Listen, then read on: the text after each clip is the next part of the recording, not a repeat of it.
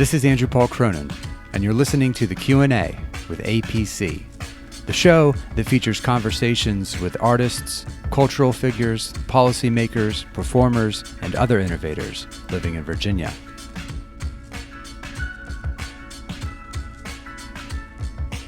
Episode 14, Glass Gardens. My guest, John Wharton, is the owner of Glass Gardens, a pop-up shop featuring handcrafted terrariums, succulents, air plants, and other plant varieties. The idea for the shop was born from John's passion for plants, his interest in connecting with people, and his desire to strengthen the community. In just over 3 years, Glass Gardens has become one of the most successful and recognizable small businesses in Tidewater, Virginia. The business has grown to include terrarium classes, community outreach events, weddings, mail order kits, and more. This episode of the Q&A with A.P.C. was recorded in John's living room and begins with John talking about his Improv 101 graduation show, which was held the night before our interview at the Push Comedy Theater in Norfolk, Virginia.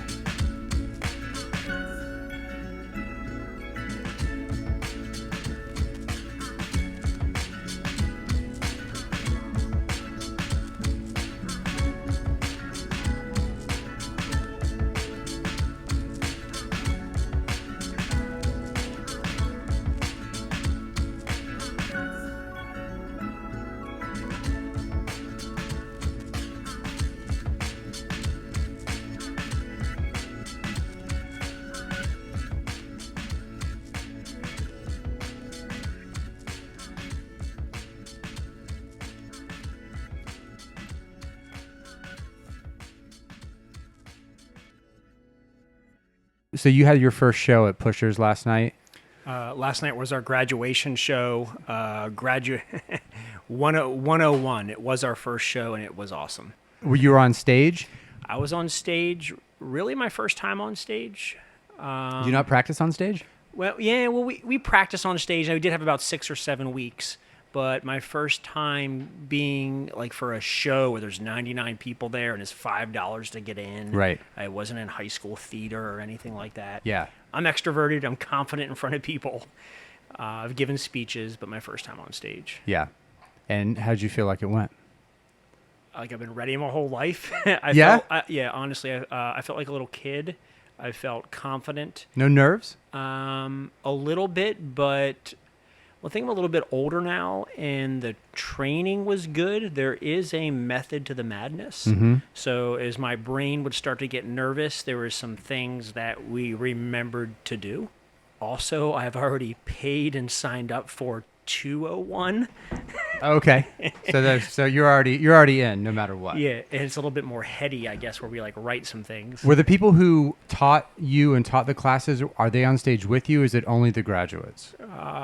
They introduce us on stage, and they prompt us, but they are not on stage acting with us. Okay. It is our night. Are they out in the wings, like waving their hands frantically, like no or yes, or are they kind of? Is there any directing on the sidelines? Yes. So they. Is that a secret that should not be out? No. That's actually good. They prompt us like a conductor or a coach, but they may flick the lights if something happens. But there's no holds barred. I mean, we can say a swear word. Nice. No editing. You can also say a swear word on the show if you'd like. Nice. So Cool. feel free. Where were you born, John? What state were you born in? Pennsylvania, Camp Hill, Pennsylvania. Harrisburg, Camp Hill, Pennsylvania. Okay. What did your dad do? So my parents met in Catholic high school in the 60s, but in Pennsylvania, but really didn't start dating to maybe right after that, 1970 or so. Okay. I know the whole story. Married in 72. Yeah. And my father is a great guy. We're getting closer. So for 42 years, he was in charge of maybe 110 newspaper carriers, all the 7-Elevens and Walmarts that sold the newspaper. Distribution. Right. 7 days a week. He's a people person, night owl, creative guy. Then there was a point when him and my mom created Ellen's Bakery. And they... Who's Ellen? Ellen is my mom. Okay. And like Tuesdays and Fridays and Saturdays, they made stuff, and my mom made local wholesale relationships. And Was it a brick and mortar store, or was it like out of their kitchen? they made it out of their kitchen. My dad bought a 15 passenger van with all the seats out. I had come back, I'm jumping around here. I had come back from 2 years in the Army, lived at home for about a year and went to community college and then went to Penn State. Right. And while I lived at home, before I came home, they developed this for like 2 years at a local farmer's market that they would go to a stand. And my dad said, if you're going to live at home, you're going to go to school, you're going to work. And on Friday mornings at 3 a.m., you're going to take this van 45 minutes up. And I had to go to this, not Amish, but Mennonite family, sign off by hand and get all these pies that my parents had connected. And we had this that we would pick up, drive them to meet my father, and we would put them out. And they did pies and muffins. And for 2 or 3 years, they did this not in lieu of, but in collaboration with their other job. Now, was your dad on board with this, or was he just kind of humoring Ellen? So my mom told me that my dad was happiest when he was doing this. And what does Dad say? And when he's doing like two things. Oh, okay. When he has like projects and ideas. He's not an 8 to 5 guy, so he loves the fact, like, let's make a sign, let's connect with some Mennonites, let's go sit down with them and talk with them. The relationship building, all that was his angle on it. Very good with that. Up and down the social ladder, just no judging. What did your mom do when you were growing up? My mom was she took care of us, and she was really my father's secretary. You have brothers and sisters? I do. So I'm the oldest. Okay. 39 years old, born in 1976. I have my sister, Sarah, 2.5 years younger. Mm-hmm. Then I have my brother, Ben, 14 years younger. He's 25 in Philadelphia right now. Okay. Quiet, like minimalist, no debt on his credit card, got rid of his car, rides his bike. Okay. Like real minimalist. What does he do? Graduated from Penn State, and he now works really like in his second year. He did some things with cell phone towers, but on the administration or research side. Okay. And he does more, I want to say environmental engineering, but it's more construction sites. He's one of the first guys to OSHA to go test with safety, and Got it. very loyal. Right. And your sister? My sister, Sarah, she's down in Georgia, outside of Savannah. 3 boys, 3 nephews. I went to the Army. My sister went into the Coast Guard, became an officer, met someone. Then she got out and had children. And so they're down there in Atlanta. So I graduated from high school. I did okay, B's and C's. Right. And maybe an A in something I liked. That's about like me.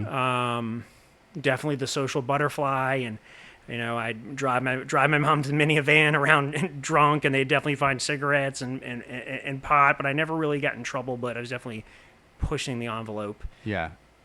Went to Indiana University of Pennsylvania. Straight from high school. Straight away from high school. 18, senior Yes. year, 18, going to college. Went there, but arguing a lot with the parents, had a lot of anxiety, gained 35 pounds, maybe went from 15 credits to 12, but passed everything. First year. Yeah, no direction,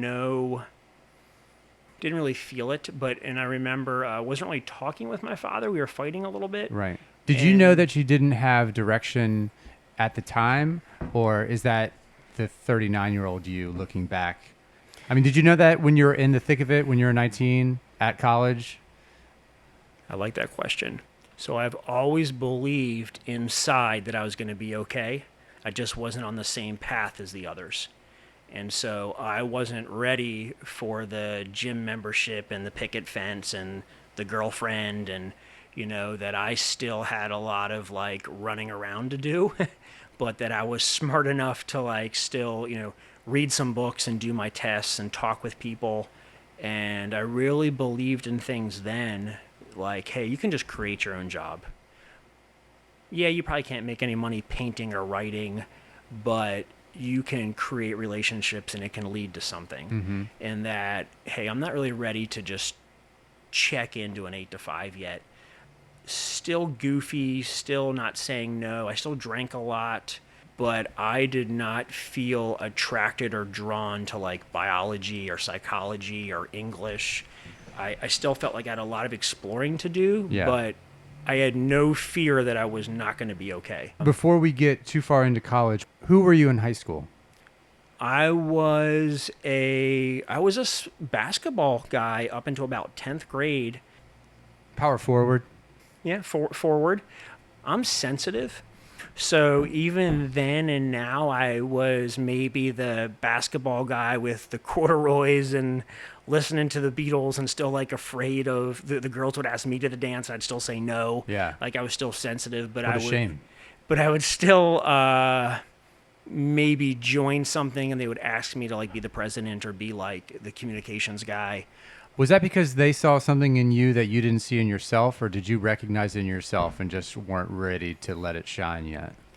I'd say the latter. Yeah. I'd say that I knew I could do those things, and sometimes I did them with confidence, but it was sometimes tiring. Who was your crew in high school? Like, who did you hang out with? I still talk with them. We were the Six, and I think I was the leader. So Wait, that was the name? Was that? I named it the Six. Okay. Yeah. There are worse names. And so it was just sort of, you guys would hang out at each other's house. You guys would go to the park. You guys would have some beers. My place was like the basement. They'd say, let's go to the basement. My dad had guitars down there, all the Beatles and Dylan posters. So your house was the hangout spot. My house was the hangout. That's cool. I even know at one point I got like my own phone number. Like, Oh, wow. Because my parents were like, they're like, you're just getting a lot of calls. And like dad has his own business here. And Yeah. like, Could you guys party there? we did when my parents weren't there. I still tried to respect that. And my Yeah. parents were pretty, and like they'd come downstairs and stuff. If they were gone, they were, but I kept it pretty small. Probably the first day I had my license, I was already like driving around, like, sipping on some warm Bush Pounders we used to drink. Right. But yeah, probably like 16 to 19, we did a lot of that. So you were in college for one semester. Through my mom. She said, Dad said, you can't come home. And we don't care really if you go into debt or you join the army. But you didn't get kicked out. No. But you expressed to your mom that, listen, like something here, there's, but your grades were. My grades were okay. They gave me a little bit of money. I had a couple $1,000s saved up. I think they were just pushing me, and they didn't want me to just come home. But why did you want to come home? Or why did you not want to continue at school? No, they told me that they weren't going to pay anymore. Okay. And that I really hadn't, I was a psychology major, but I was bouncing around, and it wasn't a bad story. I wasn't in trouble. I didn't owe any money. They just pushed me to go.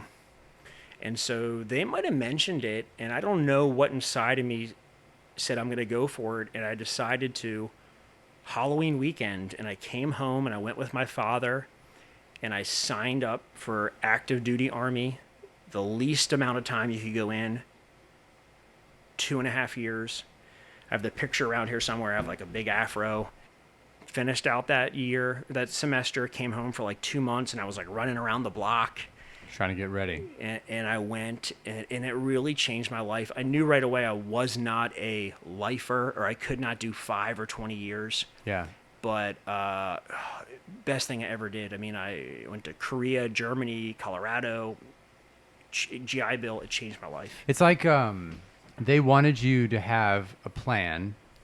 You didn't necessarily feel like you wanted a plan at that time. You knew you'd be okay. So if they wanted you to have a plan and you weren't quite ready to figure out your own plan, you would just kind of throw all your eggs in a place where everything is basically decided for you. Whereas like parents are kind of happy with that in a way because, well, there's definitely like security and it's a clear position that is, we can tell the neighbors that like, oh, this is what he's doing. And you are sort of along for the ride. Like your hands are sort of wiped clean of the responsibility of trying to like find a certain particular path if you join the Army. Is that wrong? Am I wrong? I've never thought about it like that. Possibly. but it was money for school. It was, and they don't take everyone, there's still a Yeah. chance I could have got kicked out. I mean, I had to, the physical fitness. I mean, it was tough, but I made it. I did not want to do it for 20 years. It was really just like clean myself up, became more confident, got some money from school, and I was like, I want to come back into society. And so you But- did, and you ended up at Penn State? I did. I came back home for 1 year, went to Harrisburg Area Community College, and I just aced it, like 3.9. I was an English tutor there also. I was taking art classes. I was going to the YMCA. I was picking up the pies at 3 in the morning. I was in the National Guard. I mean, I was just on fire. You're involved. I was running. I was working out. Really, but I never even had a cell phone then. It was 98 maybe. Staying at home? That summer for 1 year. Yeah. And I always knew, and I could stay at home, but I had to work full time, go to school full time. And my goal was Penn State, and I did all my own paperwork and chased it down, and I got in, and I was pumped. And you finished at Penn State, you got an English degree and a labor relations minor. I know what an English degree is, but I have no idea what a labor relations minor is. What's that? I might have played around as a labor relations major at one point. So I definitely have ADD and I bounce around with some things. But the labor relations is more human resources. So I did a lot of like sociology of work. Okay. Studying. Corporate psychology. Yeah, studying those things. I enjoyed people. I enjoyed writing. I don't know if I really wanted a job, Yeah. but I was like, well, maybe I'll go to work like everyone else and be like the communications guy or like the sociologist. Right. And Penn State has a lot of programs and classes, so I took enough there that I picked up a minor. What is a Nittany lion? Is that a Wow. lion? Is that a strain of lion? I forget the story. I mean, there's Is it a type of lion? no Nittany. Nittany. There's a Nittany. mountain up there, Mount Nittany. I used to walk sometimes, and even I forget. Maybe it has something to do with an Indian or a part of the land. I've been away for. Is a it like while. a mountain lion? It is a a mountain lion. Okay, so it's Yeah. like it's a lion, a mountain lion of the Nittany mountain area. You never ran into Sandusky. No, but I ran into Joe Paterno. Yes, once. like in person. I worked at Weiss grocery store up there, and I can remember early one time on a Saturday morning, I was going into my shift, and Joe Paterno would walk, and I saw him just walking down the street. He had the glasses. He had the glasses and the trench coat. Yeah, walking that's down the badass. street. He had like the Roy Orbison glasses kind of thing, right? He did. Where it's like, is he blind? Like, I don't know. He would walk to the games, but now that I've been away for a while and I've read some things, I realize like, wow, I think if you have anybody in power too long, things happen. Totally. Kings, queens. But no, I never did run into Sandusky. That disgusts me, and I see now where people have, I think, probably just covered things up. Yeah. Your mom said that your first word was outside. Yes. I like to be outside. I like to sleep outside. I like to build forts outside. My little business is outside. I like to be outside. Yeah.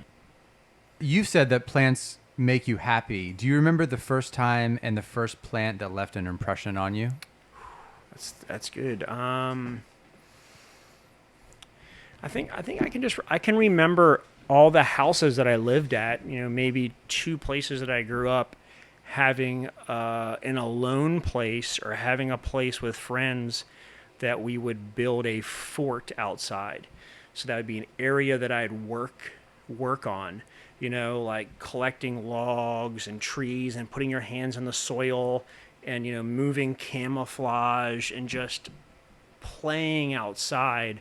So not really a plant, but things like I remember a big willow tree in our yard on St. John's Drive and the way the willow tree looked and like Sure. pulling on it. Willow trees are we had one also, and that left an impression on me also. There's something about that tree in particular that has a very, and maybe also because it has something where you can kind of like pull off, and there's kind of like an Indiana Jones action. Yeah, we that used you to can whip do. each other, and Tommy Sheeker and I and my sister and I would like swing on them. But there's something very seductive and almost trance-like when the I don't know what they're called. They're not The leaves. willows. The willows. When the Yeah. willows blow back and Oh forth. yeah, and that tree was. I haven't really seen anything around here like that, but that tree. It's even called the weeping willow. I'm That's not right, sure. yeah. But because it's moving like hairs. Were there It's house beautiful. plants in your house growing up? And like, were there gardens that your mom and dad tended? Or was it just sort of your everyday kind of, we had some house plants and So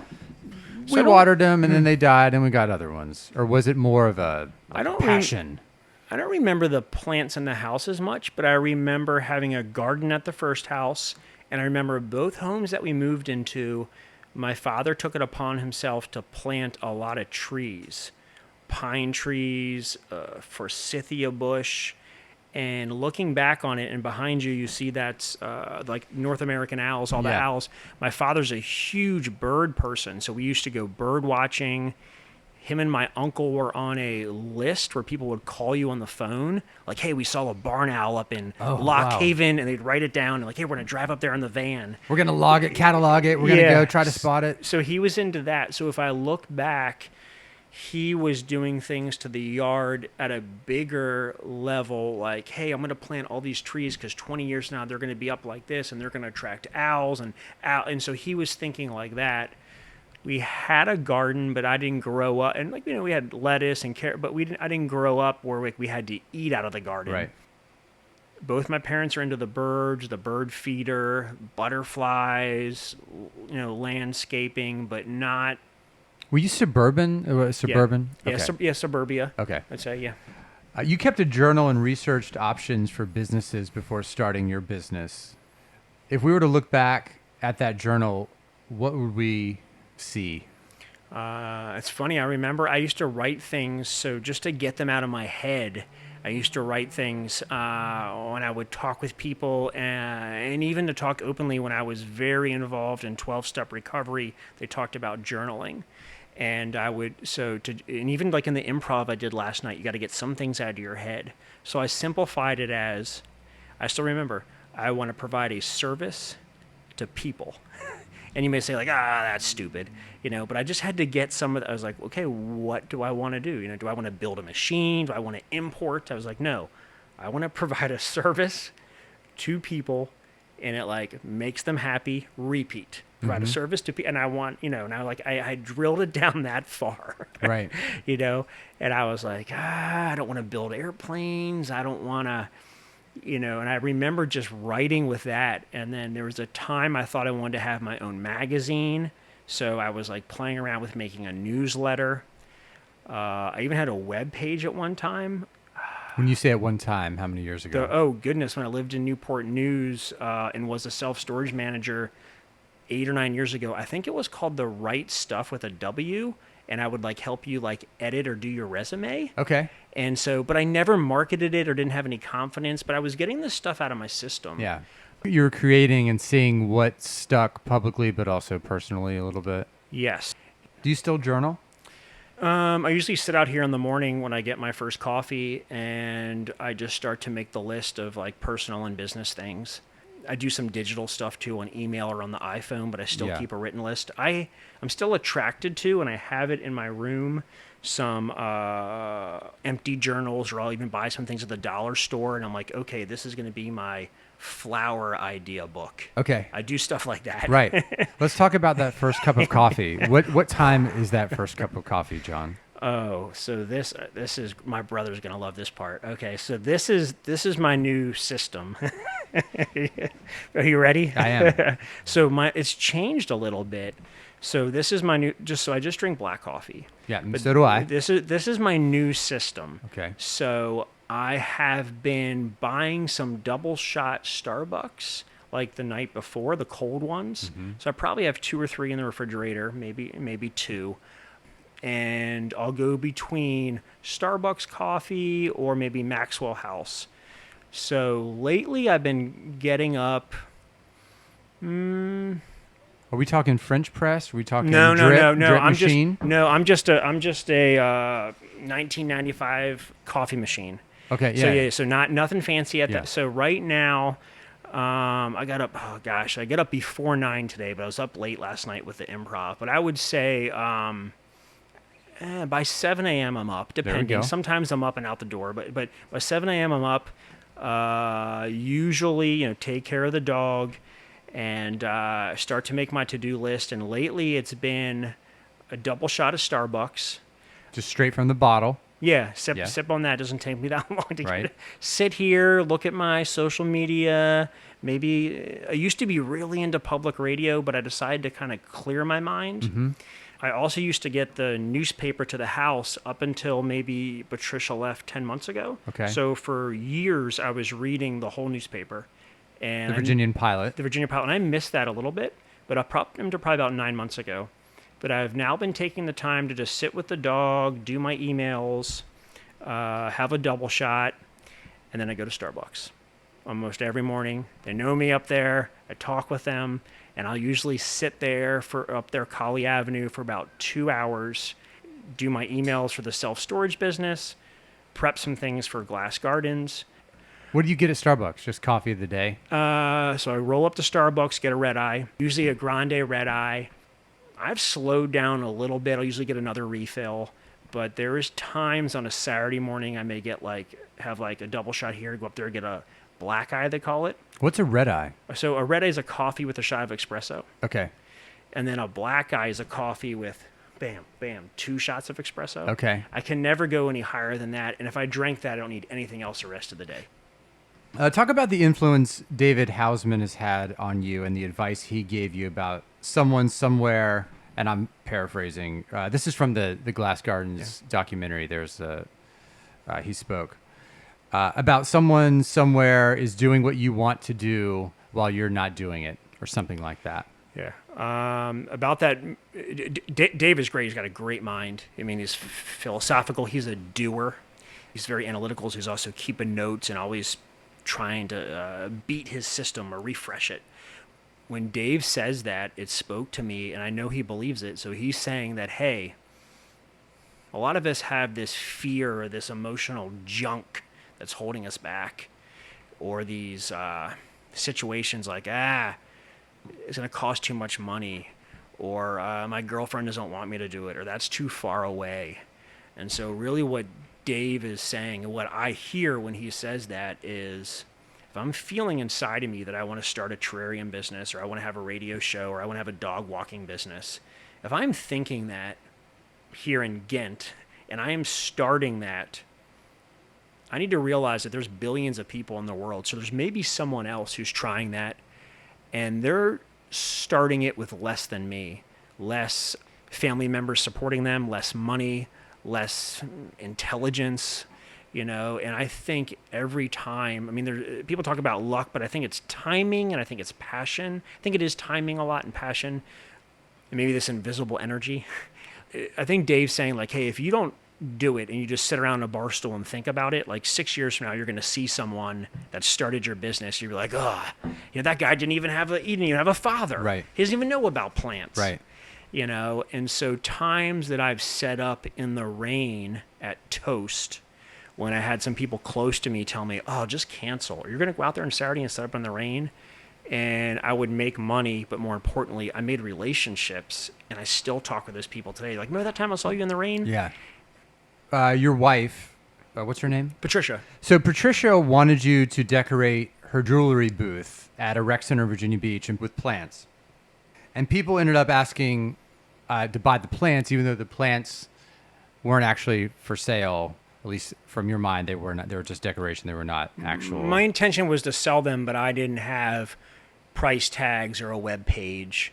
But I am always observing the environment. And so you made some sales kind of Before it even opened. Yeah, talking to people right away, No one else had live plants. I think I had like a bonsai tree and I had some unique things at this event. And in April 2013 at the Better Block Project, that was the first Glass Gardens pop-up shop? Yes, and so I'd been thinking about this probably my whole life.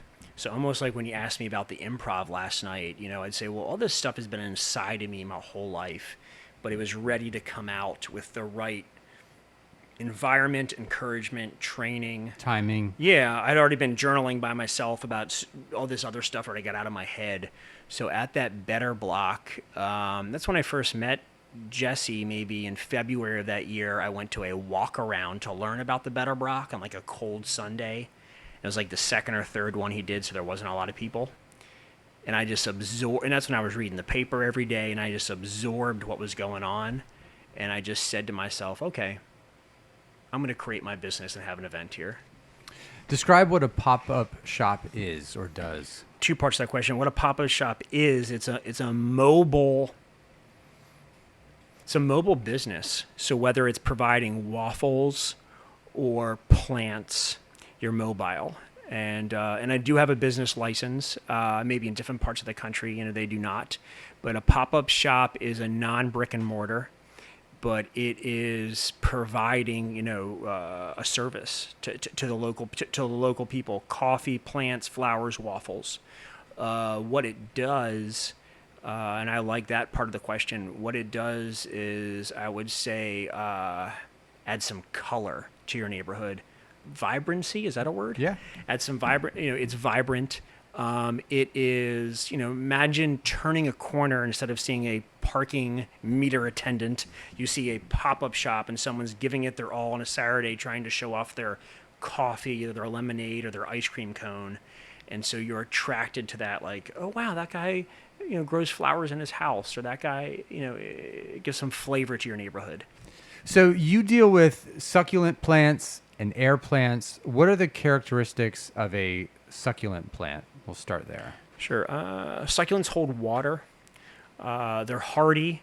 A lot of them are desert plants. Like the plant itself holds water as opposed to the soil. Like, I don't really know shit about plants so at it's all. almost like a well, then you're like 2 steps ahead of me. So I'm behind me. No, I was gonna almost grab a plant. Oh gosh, there's thousands of succulents, and succulents hold water in their leaves, their tissues, their stems, just to keep it simple. The succulents that I deal with are greenhouse grown, and I purchase them wholesale. So they're not growing in a yard in Chesapeake. Mm-hmm. So they're indoor plants, but they could live in desert climate or South America, Africa, South Africa. They could live in California. They could live in other climates.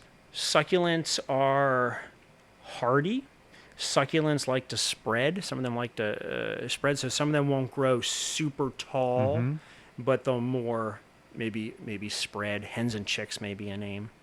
I'm just attracted to them because of the colors. They're alive.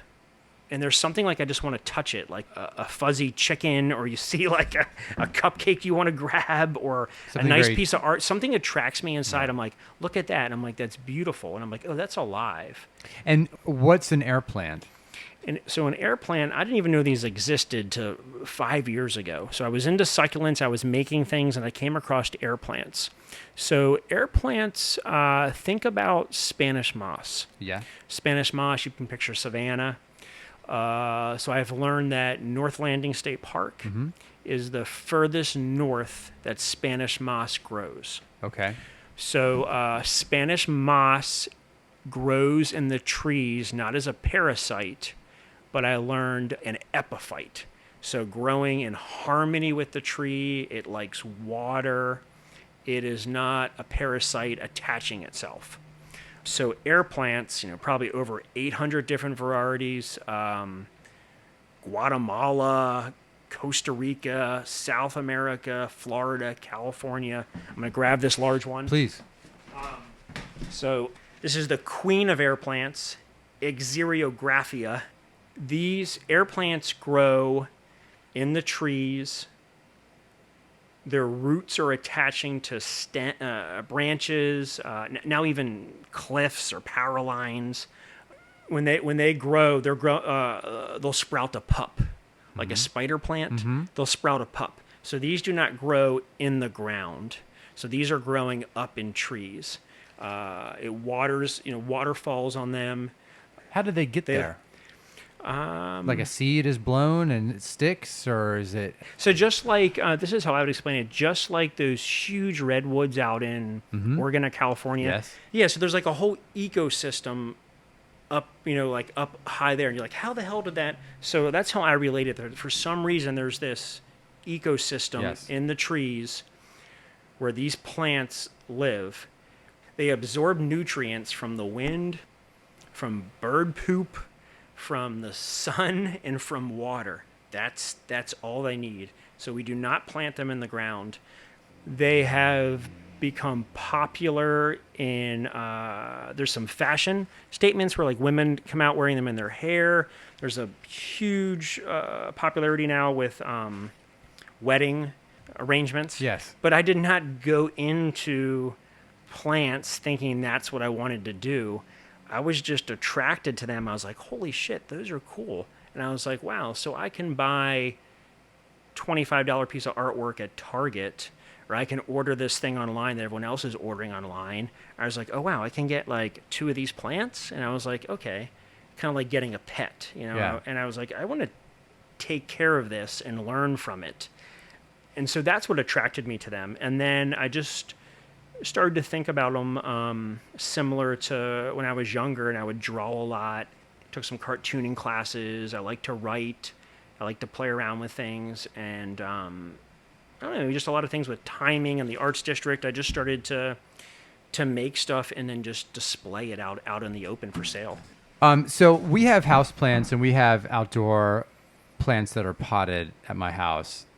And this is probably a stupid question, but what's a simple way to tell if my plants are overwatered or too dry?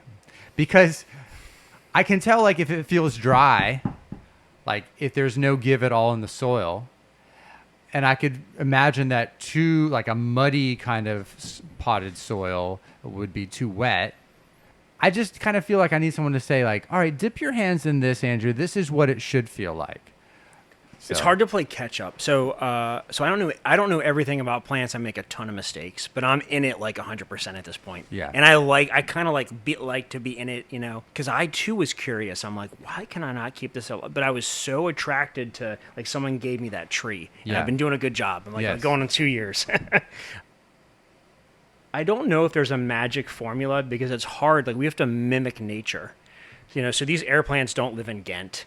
So sure. I'm like, ah, shit. Now I got it in my house. Now we got these plants in our house. So how do we like play God? Yeah. So we have to come up with a system, and it's alive, just like my dog or your child. So once we give it something, I believe that now that it expects it. So if you just pour like 3 pint glasses on it, and then you like forget about it for like 4 weeks, there's like no system. But if we say, we need to read about the certain plants. Some do like shade, some like sun. But a consistent system, just like cleaning your house, exercising, like a consistent, like, okay, I'm going to look at my plants, 3 times a month, and I'm going to water them, twice a month, So a consistent system.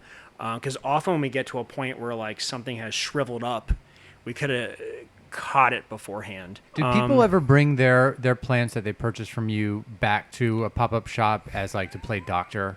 Yes, and sometimes I've like put myself in this position about plants, and I didn't even go to school for plants, but I've really, and it kind of like as I was developing my business and educating myself, I was selling things, and so right away I was becoming someone who's like selling things. I always get back to people that I'm also learning and like feeding myself information from like, greenhouse managers or experience or friends of the botanical gardens. Yeah. So I don't know everything. A lot of people know more than me. And a lot of times it's just experience. But people do bring their things back to me, and I actually like it because sometimes we'll solve the problem together. So it's not just me like fixing it and returning it. Right. Sometimes me just listening and they tell me what they did and we solve it together. Do plants give off energy? I believe they do. Yeah. Have they done scientific tests to figure that out? Are there devices or things that can measure things such as energy off plants? I don't know. This is how I would answer it because I think about this a lot and I talk about it when I do classes. And this is really just me just thinking about human nature. I think about things like why do we in our culture bring plants to someone in the hospital or flowers? Why do we think like, oh, I heard you're moving into a new house. Can I bring you anything? Oh, let's bring them a plant. Oh, why do we bring flowers to a funeral or a wedding or to an old folks home? Why are we bringing a plant there? Is there something that goes back even deeper where it's nurturing something, it's passing on energy? I believe I can't cite anything, but that I have, read some things just Googling online about, bringing plants to the hospital or bringing flowers like helps raise someone's spirits. Right. But I don't know about any measuring machines. You held a terrarium making class and plant demonstration. You've held them across Norfolk and Virginia Beach, including at the Norfolk City Jail. What were your expectations going into that, and did anything surprise you? That was a great moment, and we've emailed about doing that again. That really felt good. There's a great video, a minute and a half, but powerful on YouTube. Yeah, thank you for watching that. I've had some people come up to me at different places and talk to me about that, and even my mom in Pennsylvania has received emails or Facebook messages about all sorts of things. What were your expectations going into it? So my expectations going into it from like the plant side was I brought a lot of stuff, and when I got there, they went through everything, and they're like, nope, you can't bring rocks, you can't bring pots, you can't bring dirt. And so like I started just thinking like, okay, this is really just about me and talking about some things and connecting with them. And my friend Heather made an outline, and I forget, we had a name for this, something about growth. We did a whole colored like newspaper for the day, but they allowed me to bring in some plants. And so when I was preparing that day and talking with Karen, she's great. She knows my whole story and about the business that was non-paid. And so when I went there, I really wanted just to connect with the men. And I was encouraged to talk about I've had 3 DUIs in my 20s. And I am maybe almost 12 years now sober from alcohol. And was encouraged to talk about some things like the anxiety of being arrested and then like drinking and driving again, and the dark place when you can't fall asleep at night and you're like, I'm just another number, nothing works. And that, here I am, and we all have different backgrounds or social intelligence or creativity or male figures in our lives, or things happened. And so I can't save anyone, but maybe I can just like get one person's ear. And in a selfish way, it helped me that day, because I had to prepare all day. But I was able to talk about that, and to bring life. So in a sneaky way, I brought in like big elephant ears plants from my yard. And I was like, yeah, this is called an elephant ear. I brought in these. I was like, this is called like a donkey's ear. I brought in aloe. And I was like, hey, did anyone here ever grow up with any aloe in their house? And so I'm like, oh yeah, my grandma had aloe. Mm-hmm. And then I was like, hey, can I pass this out? And we were breaking open the aloe and they were putting it on. And I said, man, just feel that. Here you are. And now you're just feeling nature and plants. And then people started to ask me about rosemary and tomatoes.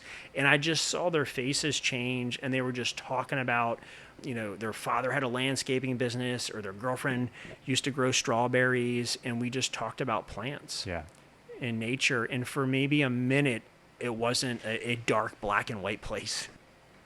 You've said that you always want to be making something, not just plants. Where do you think that drive comes from?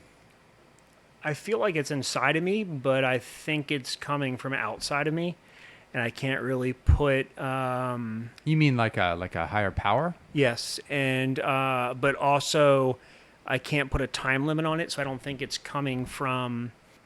So I'm just a vessel, and I'm here now in 2016. I'm becoming self-aware. I'm cleaning myself up so I can feel this beat, like, I don't know, like, like, I'm going to go deep on this beat that has always echoed through time. And that, so when I say I feel like I should be making something, that's me turning inward and really listening. And today is Glass Gardens. Tomorrow is Glass Gardens. It'll probably always be something with plants and green space and nature, but it's with people. It's with, like, what else am I doing here? Just making my environment better, my relationships better, my community better, challenging myself. Maybe it is a little bit of a nervous energy. Really, what else am I doing here? I want to be just creating. You said in the Plant Pop Glass Gardens documentary that once you pull the switch is down and you don't turn it off even at night. And because of that, you sometimes struggle with balance. Would you say that you're addicted to accomplishments? So I have been told by some of those close to me or that I was intimate with that I could be addicted to affirmations. Mm-hmm. And so I've never thought about it as accomplishments. But it's funny. I mean, even today, I took some time to just chill out outside for a little bit. And in my mind, I was just thinking about different ways to challenge myself this summer and how I was going to, do things. And so I don't know if that's just the way my brain works, if that's a nervous energy, if I'm supposed to change that. Do you ever think about opening a brick and mortar store? Yes. I would say there's times that dominated some of my thoughts. I'll now let that thought just pass through, but I have done things as aggressive as emailing people on Craigslist and visiting a building, getting into hour-long discussions with Dave Hausman, looking at opportunities, but I like to be mobile. You talked about being sober for 13 years. A little bit over 11 years. And 11 years and having some run-ins with the law. When was the first run-in? So my first DUI was when I was 21. So my first DUI when I was 21. So much more comfortable talking about this now. So I was arrested for 3 DUIs, but it took until I was maybe 10 months sober or a year sober, and I was doing writing with my sponsor, that I realized that I had been pulled over and blocked out of my memory. I can laugh about this now. A 4th DUI when I was 20 in the Army on someone else's license, and I went through the whole A.B.C's backwards, and they're like, this guy's great. And they called me a cab, and I had to leave the car there. But that might have been enough of a scare for one person, but I had blocked it out of my mind as a funny thing. Were you a heavy drinker, or were you just had bad luck and bad timing? Because I feel honestly, if we're all being honest, almost anyone who drinks socially, could have one extra glass or whatever, or not had dinner, or was it more like a heavy kind of thing? So I've played those games, and I know there's people that drank more than me, and I know there's people that drank less than me. And I've come to a point, like probably anyone does, an airplane survivor or and just stop playing the why me game. But the why me in terms of dependence on alcohol, or the why me in terms of getting caught? Getting caught. I have never been in a fight in my life, never been punched or thrown a punch. I have never been in a car accident because of alcohol. I have never been involved in situations with guns and knives. I grew up in suburbia. I went to Penn State. I went to fish shows. I was with people I thought that were maybe doing more than me, but I was never afraid to drive. Even one time after I got my second DUI, 8 days later. From the first? Yes. There was something in my brain, and it took a long time, and that may still be the same thing in my brain, where one time on a Friday night, I was like, shit, I just made a pot of coffee and made 43 terrariums. There was something in my brain where I would drive, and even after I got caught and arrested, I would drive. I don't know if it's the risk-taking or the danger or the alcohol would just lower my inhibitions or turn something off, but we all been with people before that would be like, oh no, I'm not driving, or always call my girlfriend to pick me up, or I'll pay for a cab. And there was something inside of me where even at the end, just to talk openly, I would maybe just disappear and just drive myself home, or just so I don't know if that was an anxiety or an uncomfortableness or something. But I had trouble. All my DUIs were like late at night, no turn signal, turning or drive, maybe still just going with endurance at 3:30, 4. I was very mad, and I'll just talk openly about this. And I really don't. So I spent 46 days on house arrest.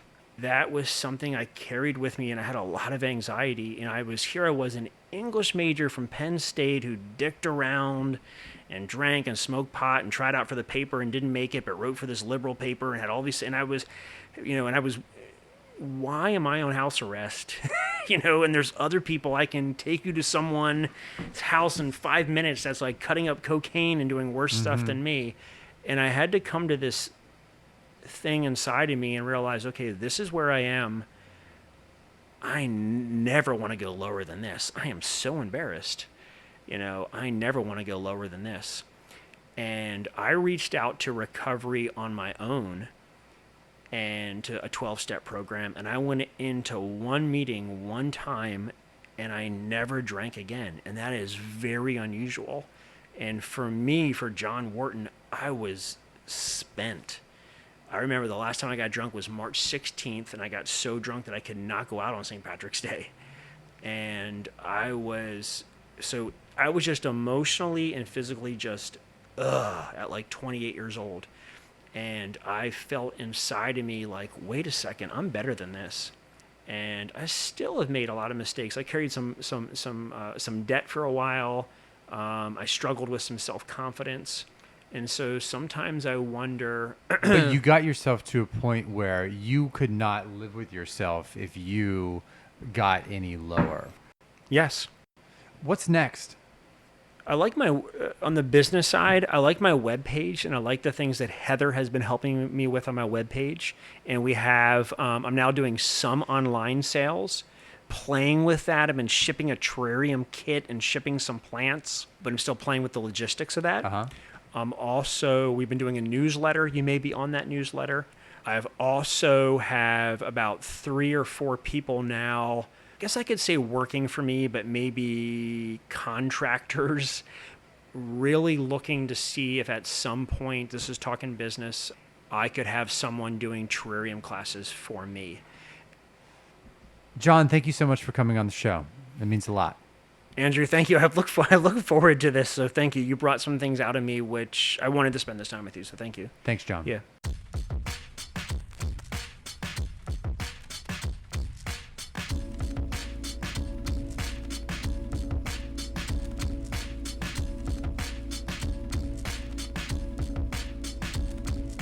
This is Andrew Paul Cronin, and you've been listening to the Q&A with A.P.C. To hear archived episodes, go to soundcloud.com/QAAPC or subscribe to the show on iTunes. For exclusive content, including upcoming shows, behind-the-scenes pictures, and more, follow the show on Instagram, Twitter, and Facebook at QAAPC. The executive producer of the Q&A with A.P.C. is Ben Riley. The music was arranged by Soup.